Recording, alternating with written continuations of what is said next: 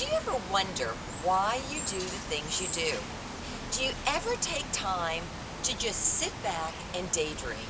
I love this tree because I remember as a little child, kids used to love going up into trees, hanging out, and just thinking about the future. They would think about life in ways that we as adults generally don't because they were free to think, almost in a way that was a little bit like a fantasy. So what does this mean for you today?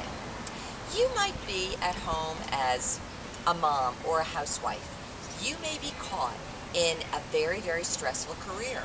You may be somebody who has your own practice as a doctor. But do you ever stop and say to yourself, am I happy doing this? Is there a purpose as to why I do this? Well, I wanted to share, since I've done so many of these videos, why I do what I do. I think from the time I was a little girl, it was always in me. Some people have a lot of excitement when they do things because they're doing things. My joy oftentimes came out of seeing people in the outside world, or people, let's say in my sphere, getting more out of life, becoming their best self, growing and developing, and really getting happier. If I wanted to get down to the bottom line, I would have to say that my joy is seeing a happier world. And when I say seeing, I mean in my mind's eye. So I could take myself right back to corporate America. I worked for a dozen years in the telecom industry, and I was in management.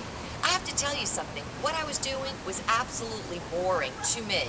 We were in the business of vaporware. I could care less to learn how much was going on in technology and new ways to make phone calls or what was going on with fiber optics. But what I did love was the fact that I was in a position where I could hire people, train people, develop people, and see their talents emerge, and then clap for them along the way. I love developing organizations where people felt that they were able to do things they never thought they could do before, where they could emerge as experts in their field. So even today, as I have become this Maura4u blogger, video blogger, and author, everything I look to do is to help, literally help, other people see the possibilities and see the potential that they have within themselves so they could rise into a better version of themselves, and in so doing, be a little bit happier. So, I hope that you consider this tree. Maybe you've got a tree in your own backyard. Think about when you used to be little and you used to daydream in those trees about the things that made you happy.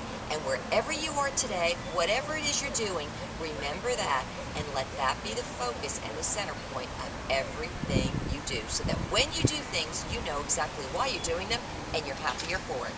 This is Maura up in the tree for you.